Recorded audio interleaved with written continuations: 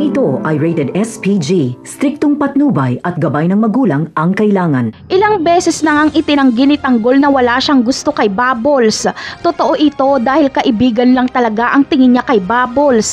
Kahit kailan ay hindi pinagnasaan ni Tanggol si Bubbles, pero si Bubbles ay ilang beses niya na itong ginawa kay Tanggol. Para nga lang nakakatandang kapatid kung protektahan ni Tanggol si Bubbles. Ngunit ang tanong ng marami, sino nga ba ang magiging kalab team ni Tanggol? Sino ang muling magpapatibok ng kanyang puso? Walang iba kundi si Catherine. Siya talaga ang nakatadhana kay Tanggol. Ngayon pa nga lang ay malapit na ang loob ni Catherine kay Lola Tinding dahil magiging lola niya naman talaga ito balang araw. Si Tanggol at Bubbles ay magiging magkaibigan lang pero susubukin ang panahon ng tatag ng kanilang pagkakaibigan dahil posible silang maging magkaaway. Magbabago ang lahat kapag magkaalaman na dahil pinatay ni Tanggol ang kuya ni Bubbles na si Greg at ang nanay naman ni Bubbles na si Olga ang pumatay sa pinakamamahal ni Tanggol na si Mokang.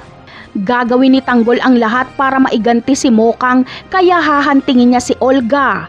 Pero hindi naman nahayaan ni Bubbles na mapatay ni Tanggol si Olga dahil nanay niya ito kaya sila ni Tanggol ang magkakabanggaan. Sa kabilang banda naman ay ang dahilan ng pagkakakilala ni Tanggol at Catherine ay dahil magiging bodyguard ni Catherine si Tanggol. Makikita ni Pablo kung paano protektahan ni Tanggol si Bubbles at malalaman niya rin kung gaano ito kagaling. Maaalala niya ang sinabi ng kanyang lolo sa kanya na protektahan niya ang kanyang kapatid. Kaya kukunin ni Pablo si Tanggol bilang bodyguard ni Catherine. Papayag naman si Tanggol dahil malaki ang ibabayad sa kanya.